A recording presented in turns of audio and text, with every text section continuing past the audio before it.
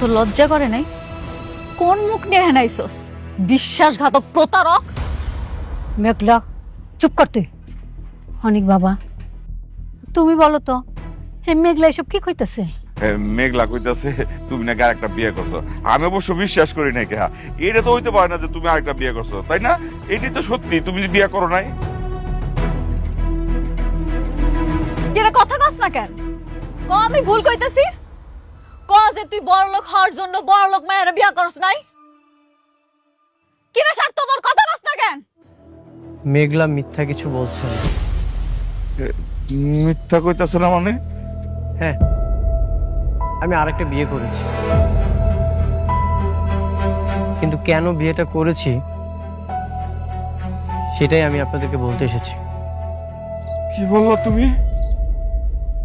তুমি আমার মায়ের রাইখে তুমি আরেকটা বিয়ে করছো? আমরা তোমার এত বিশ্বাস করতাম, তুমি আমার মায়ের কপালটা পুড়াই দিলা। বাবা, মা, আমি কেন বিয়েটা করেছি আপনারা আমার সব কথাটা শুনুন। আমার সব কথা শুনে আপনাদের যদি মনে হয় আপনারা আমাকে শাস্তি দিবেন, আমি মাথা পেতে নিব, আমি কিচ্ছু বলবো না। থাক, তোর মতো মিথ্যাবাদীর আর কোনো কথা শোনা লাগবে না। তুই একটা প্রতারক, তুই প্রতারণা করছিস, তুই এখান থেকে চলে যা, যা। মেঘলা, প্লিজ তুমি আমার কথাটা বোঝার চেষ্টা করো।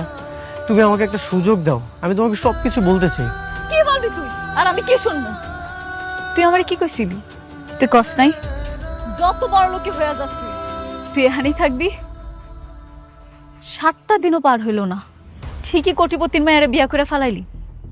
আমি বাধ্য হয়ে বিয়েটা করেছি। তোর মতো জঘন্য মানুষ সবকিছু করতে পারে।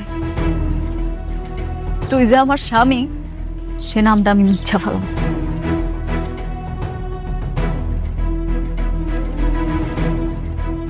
কিরে খারাপ আছিস কেন? চলে যা।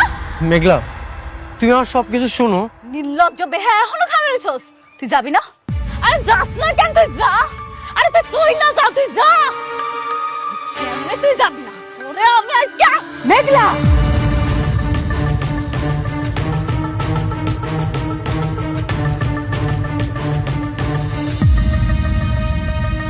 মেঘলা, তুমি আমাকে জুতা দিয়ে মারবে? তুই যা করছস তার জন্য তোর জুতা বিটা করা উচিত, কিন্তু করুম না। কেন করুম না জানোস? কারণ আমি তোরে ভালোবাসি, তোরে সম্মান করি। একদিন হইল তোর লগে আমি সংসার করছি,